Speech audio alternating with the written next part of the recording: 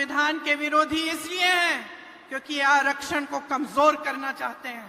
ಇವರು ಸಂವಿಧಾನದ ವಿರೋಧಿಗಳು ಯಾಕಾಗಿದ್ದಾರೆ ಅಂತಂದ್ರೆ ಇವರು ಇವತ್ತು ಈ ದೇಶನ ಕ್ಷೀಣಿಸಂತ ಪ್ರಯತ್ನ ಮಾಡ್ತಾ ಇದ್ದಾರೆ। सामाजिक न्याय के खिलाफ बयान देते हैं, ಸಾಮಾಜಿಕ ನ್ಯಾಯದ ವಿರುದ್ಧವಾಗಿ ಹೇಳಿಕೆಗಳನ್ನ ಕೊಡ್ತಾ ಇದ್ದಾರೆ।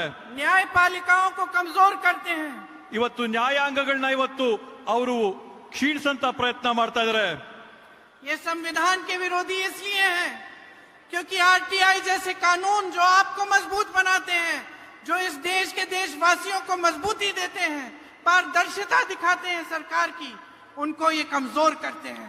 ಇವತ್ತು ಇವ್ರ ಉದ್ದೇಶ ಇರ್ತಕ್ಕಂಥದ್ದು ತಮಗೆ ಶಕ್ತಿ ತುಂಬಂತ RTI ನ ಕಾನೂನುಗಳನ್ನ ಇವರು ತೆಗಿಬೇಕಂತ ಒಂದು ಪ್ರಯತ್ನ ಮಾಡ್ತಾ ಇದ್ದಾರೆ। ಇವನ್ನ ತೆಗೆದು ನಿಮ್ಗಿರ್ತಕ್ಕಂಥ ಶಕ್ತಿನ ಕುಗ್ಗಿಸಬೇಕು ಅನ್ನೋ ಪ್ರಯತ್ನ ನಡೀತಾ ಇದೆ।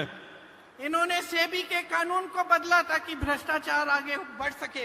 ಇವರು ಕೇಂದ್ರದಲ್ಲಿರ್ತಕ್ಕಂಥ ಸೆಬಿನ ಕಾನೂನುಗಳೇನಿತ್ತು ಆ ಕಾನೂನುಗಳನ್ನ ಬದಲಾವಣೆ ಮಾಡಿ ದೇಶದಲ್ಲಿ ವ್ಯವಸ್ಥಿತವಾದಂತ ಭ್ರಷ್ಟಾಚಾರಕ್ಕೆ ಪ್ರಾರಂಭ ಮಾಡಿದ್ದಾರೆ। लोकपाल बिल कमजोर किया। ಲೋಕಪಾಲಿನ ಕಾಯ್ದೆ ಏನಿತ್ತು ಆ ಕಾಯ್ದೆನೂ ಕೂಡ ಇವತ್ತು ಅವರು ಕುಗ್ಗಿಸಿದ್ದಾರೆ। चुनाव आयोग को देखिए, उसे शक्तिहीन बना दिया। ಚುನಾವಣೆ ಆಯೋಗನ ತಾವಿವತ್ತು ಗಮನಿಸಿ ಅದಕ್ಕೆ ಯಾವುದೇ ಒಂದು ಕೂಡ ಶಕ್ತಿ ಇಲ್ಲದ ರೀತಿಯಲ್ಲಿ ಅದನ್ನ ಇವತ್ತು ಬಗ್ಸಿ ಮೂಲೆಗಿಟ್ಟಿದ್ದಾರೆ। जहां भी इनकी सरकारें हैं, जब महिलाओं पर अपराध होता है तो ये अपराधियों को बचाते हैं। ಇವತ್ತು ತಾವೊಂದು ಗಮನಿಸಿ ಬಿಜೆಪಿಯ ಸರ್ಕಾರ ಎಲ್ಲೆಲ್ಲಿರುತ್ತೆ ಮಹಿಳೆಯರ ಮೇಲೆ ಹಲ್ಲೆ ಆದಂತ ಸಂದರ್ಭದಲ್ಲಿ ಯಾರು ಮಹಿಳೆಯರ ಮೇಲೆ ಹಲ್ಲೆ ಮಾಡ್ತಾರೆ ಅವ್ರಿಗೆ ಬಿಜೆಪಿ ಅವರು ರಕ್ಷಣೆ ಕೊಡ್ತಾರೆ। इन्होंने लेबर लॉज बदल के मजदूरों के हक छीने। ಇವತ್ತು ಇವರು ಕಾನೂನುಗಳನ್ನ ಬದಲಾವಣೆ ಮಾಡಿ ನೌಕರರು ಕಾರ್ಮಿಕರಿಗಿದ್ದಂತ ಶಕ್ತಿನ ಇವತ್ತು ಇವರು ಕಿತ್ಕೊಂಡಿದ್ದಾರೆ। ऐसे कानून लाने वाले थे जिससे किसानों की कमर टूट जाती।